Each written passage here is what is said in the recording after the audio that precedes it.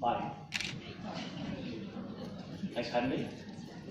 I know it's cliche to open with a quote, I'm going to. Professor Rob Newton, who's a really big deal in exercise oncology, was in Toowoomba this week. I had the privilege of watching him speak. He was talking about exercise as a rehabilitation stimulus for cancer. And he asked, why would you accept suboptimal treatment for your cancer? Why, when you're fighting to survive, would you choose to not take the best treatment options available to you? So I'm Henry, I'm an accredited exercise physiologist, or AEP, because accredited exercise physiologist is a mouthful. It took me 4 years of uni to learn how to spell it. So AEPs are health professionals who use exercise as our weapon in the war against chronic illness. So instead of prescribing rest, we prescribe reps. Instead of prescribing taking pills, we prescribe walking hills. And instead of heavy drugs, we do heavy shrugs. Clearly we have some poetic license. That took me 3 hours to write. And I'm not just going to stand up here and tell everyone here that you should be fitter, you should do squats, you should run up the thing and lift the thing. We know as informed adults that exercise is good for us. That's no surprise. Endorphins, weight management, strength, function, blah, blah, we know. What I do want to look at is just how potent exercise can be as a rehabilitation and health stimulus. I can do it. Okay, so I'm going to throw a lot of numbers at you. Half of Australians have one chronic illness. A quarter of Australians have 2 or more. All of them are arguably, and evidence-based, to be mediated or improved through exercise or physical activity.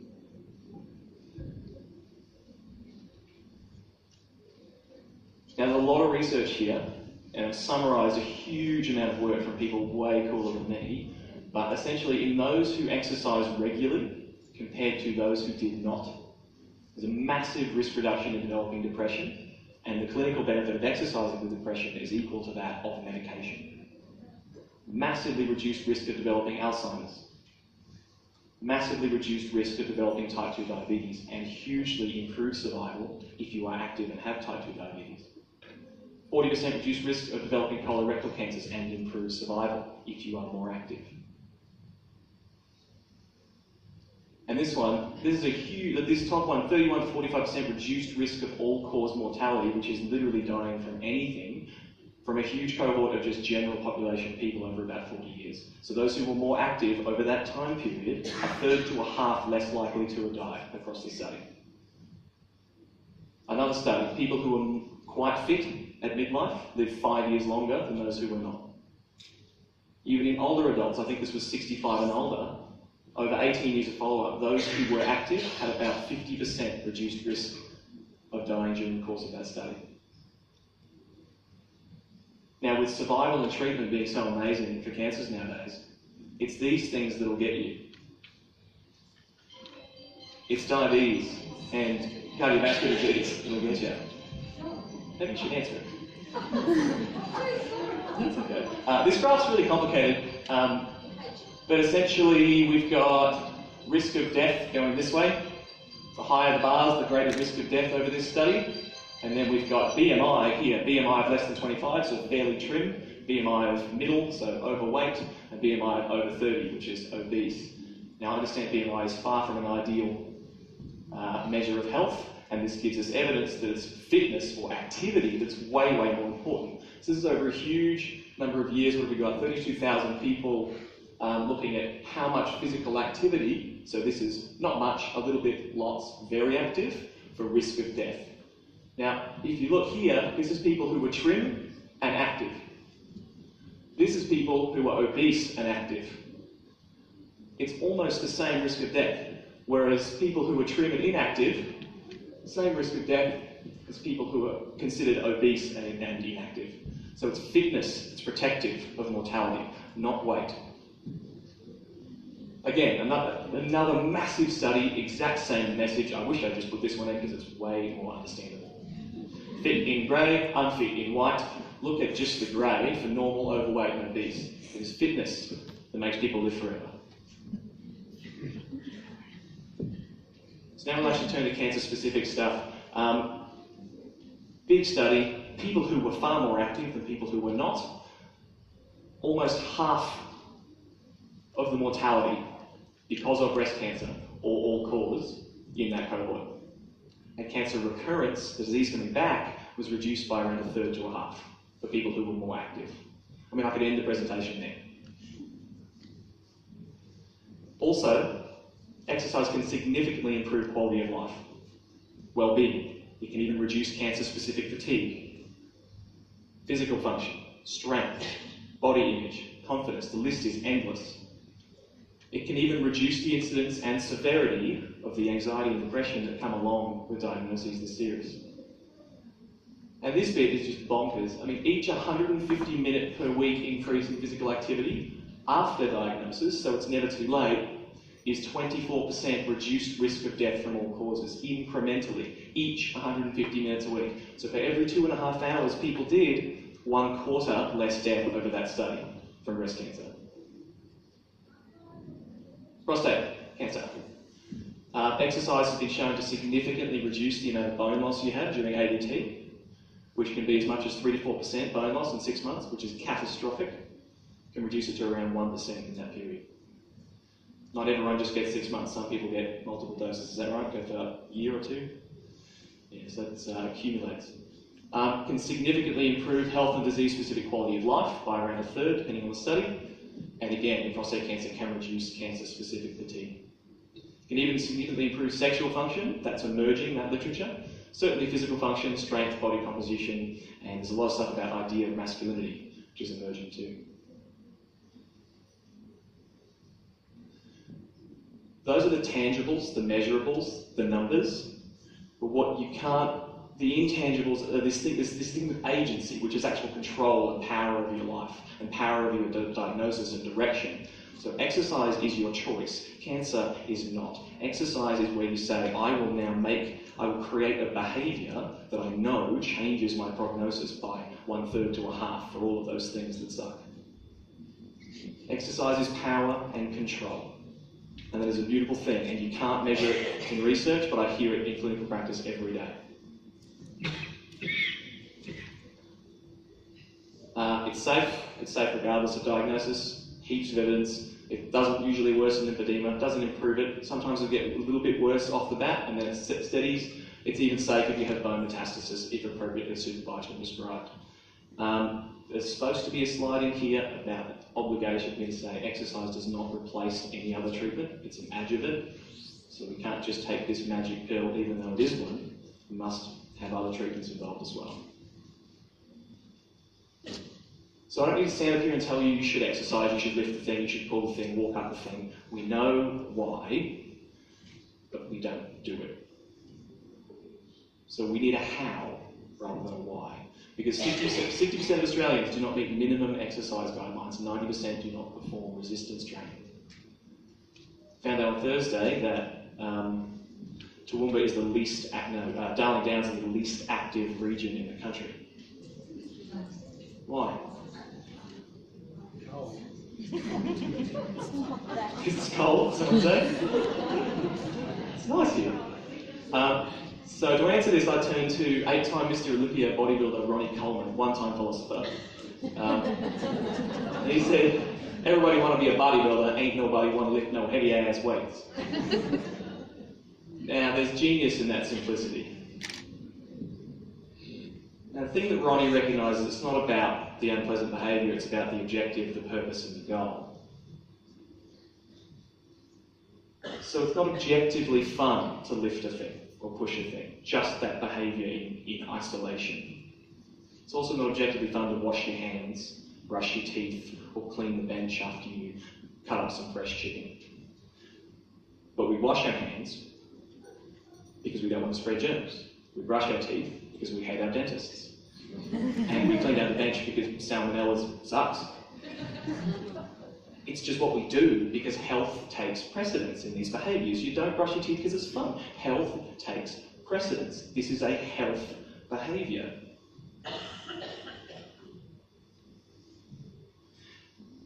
And that's how exercise becomes easy, if you just change your mindset around what you're actually doing. You make it part of who you are. You shift your identity and what you expect of yourself to include this health behaviour. You make this behaviour non-negotiable in your week. Whatever you're prepared to outlay, whether it's 2 hours, 1 hour, 1 minute per week, you make it non-negotiable. You just show up and you exercise because that's what you do now. To make it enjoyable, you have to create a context that is enjoyable. Because if lifting the weight is objectively unpleasant, how do you make lifting the weight in a situation which is really fun? And that's the beauty of magic. So we have our why, now let's do how. So creating a context, this is how you truly change how you feel about it because you're in an engaging space. So I've got a recipe for you. So you take a tiny kernel of unpleasantness, and that's lifting the weight. And you put that in a gooey fudge of some fun music that you can bop and move to, like ABBA, because Dancing Queen gets me going, right, Claire? Yeah. Then you paint over the music fudge with a deliciously smooth, chocolatey layer of friends, social belonging, community, and identity.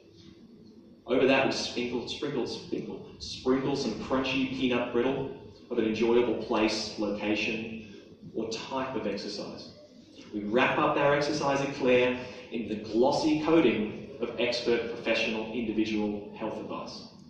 And we eat it every day, forever. So if this context creation sounds a little tricky, don't worry, because we've already made one. You can just come hang out with us. 5 Factor Fitness is a program which was made by people much more interesting than me, like Dr. Sharon and FitLab and Queensland X-Ray. And what they do is, or we do, is take 12 ladies who are recovering from recent breast cancer diagnosis and treatment. We put them in a high-intensity strength and conditioning environment, like what you would do for a squad of rugby players. Obviously, everything in that program is scalable to any ability level, any condition, any physical ability, and any level of experience. This takes people who are genuinely, often at the lowest point, physically, in their lives, and rehabilitates them with strength training. We've had 36 out of 36 ladies so far this year complete the program, and there's about 5 or 6 more to come in the next 12 months. So the dose that we do of exercise, dose just like when you take a pill, there's a dose for exercise, is just above what the recommended guidelines are, which I'll show you in a minute. So we do 3 sessions a week of about 1 hour and 15 minutes. The intensity is quite high, 6 to 8 out of 10. That's relative. My intensity might be different to yours. And we do break it up into resistance training, which is for muscle and bone strength and health, aerobic conditioning, which might be on the bike, walking, or on the rowing machine, and then some warm-up stretching and mobility just for some general health and some prehab. Nothing fancy there. Now, we do measure a lot of things in this program, because what's measured is improved. That's not my quote, it just sounded cool. So quality of life is massive, and I would like, if that was the only thing we measured, I'd be happy. Quality of life scores, as measured by DAS and Facet B, I think it's Fact B, it shouldn't be an idea, but you'll forgive me. Improvement in quality of life by 12 to 72% over the 10 weeks, which is pretty awesome. And the intangibles there are people say things like, I've never felt this good, I've never had no pain, I've never enjoyed coming to the gym, and now I do every day of the week. We've improved their strength by 43 to 50%. Not on calf raises, on heavy leg press, chest press, seated row. These are big tasks. This is a major improvement in strength. We've improved their aerobic fitness, which is that determinant of health, by about 20%, which is huge. Body composition. So Queensland X-Ray was kind enough to let our ladies have body composition scans where they sit in the thing waves over them and then tells them to the gram how much muscle, fat and bone they have. Again, it gives us objective data for where they're going. It gives us a trajectory, because feedback is everything to incentivise your own behaviour. On average, over 36 ladies, over 10 weeks, they gained about 2.5 kilos of lean mass, which is an increase of over 5% in your lean mass, which is muscle. That's metabolically active tissue that makes your life easier every day. Dropped about 2 kilos of body fat, which is around 5%. And improved what's called visceral adipose tissue, which is this unpleasant body fat, which is in and around your organs, which is strongly linked to unpleasant diseases and illness. Reduced that by around 9% in only 10 weeks, which is massive. A few little quotes here, and some of the girls are in the room, so we've all had different journeys, but we have that commonality. It's nice to have the focus on breast cancer. That's not what it says. It's nice to not have the focus on breast cancer. It's to have the focus on getting healthy and fit. I think I make that mistake every time. I feel like I haven't really been true to myself for a long time, and this has got me moving into who I really am. And this program has completely changed my life for the better. So you can measure quality of life, but then you can see it. That's a very different equation. So why does this program work? It's because we've created the perfect context for people who haven't exercised before, are afraid of exercising, and aren't sure if it's the right thing. So first of all, it's cohort-based. They all come in at the same time, so there's equity of exposure. There's also big community elements where they get them working in pairs, and we rotate the pairs so people meet new people. The exercises are simple. The exercises are all scalable. Everyone gets a workout, and everyone gets the same relative intensity, and it's approachable. The exercise and the learning are what's called periodized. So it doesn't start at 10 sets of 100, right? We start with just a little bit, and then we do a little bit more, and then we add in a little layer of complexity, and we add one more little tough exercise, and then we add in the heart rate monitors, and then tracking your own data, and then this. So little piece by piece, we build it up instead of just being this massive wave of new behaviour. Also, we're really fun. We're just good to be around. We love our jobs, and we give a lot of love to people who come in, and practitioner engagement and sincere, authentic interactions are a really big thing in health, which I think the wrong one slide says all you have to do is care. Yeah, that's great. Perceived legitimacy is another health phenomena. Basically, if you think something's really good because someone really good told you it is, that'll improve the benefit. So when Dr. Sharon says this is a great program, it makes a big difference to the outcomes of the program. So I just want to really thank Blush, QXR and FitLab again, because this program literally is delivered at no cost to participants, thanks to those three organisations. So seriously, thank you. You've actually changed people's lives.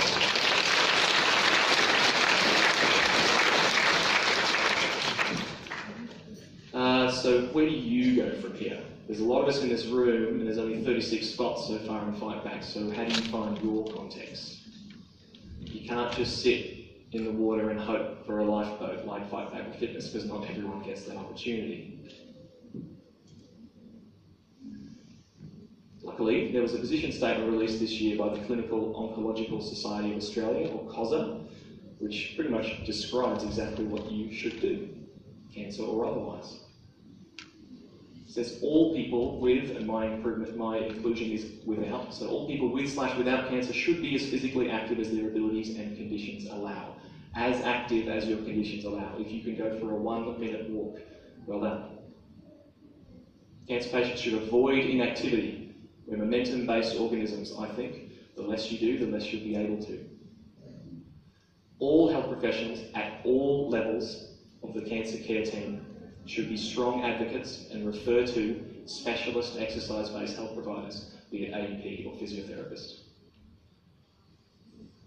The guidelines suggest that each of us should be active for a minimum of 150 minutes to 300 minutes per week, which is about 2.5 to 3 hours, or 2.5 to 5 hours, good math. I dropped out of engineering, by the way.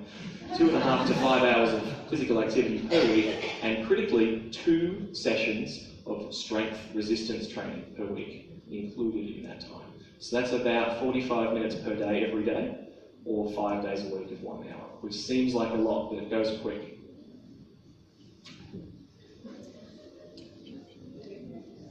So speak to your doctor and insist that you be given proper advice. Insist that you get optimal care. I mean, there's people in this room around you that need your encouragement just like you need encouragement from them. Exercise may be unpleasant on its own as a concept, but a sunny walk through Queen's Park with a friend is genuinely one of the true joys in life. Each of us, cancer diagnosis or otherwise, owes it to ourselves and our families to be fitter, stronger, healthier versions of ourselves. There may be some of you in the audience whose son or daughter has cancer, but if you had the diagnosis that you have, if your son or daughter had the diagnosis that you have, after watching this presentation and seeing the numbers, you would grab your son or daughter by the shoulders and you would drag them into the gym and you would put them on an exercise bike and you would sit there beside them and you would put on some fun music because you love them and you want them to be well and you know it's going to work to make them strong and fit and healthy, and it would be non-negotiable. Do that for yourselves. Treat yourself as if you were someone who you are responsible for helping.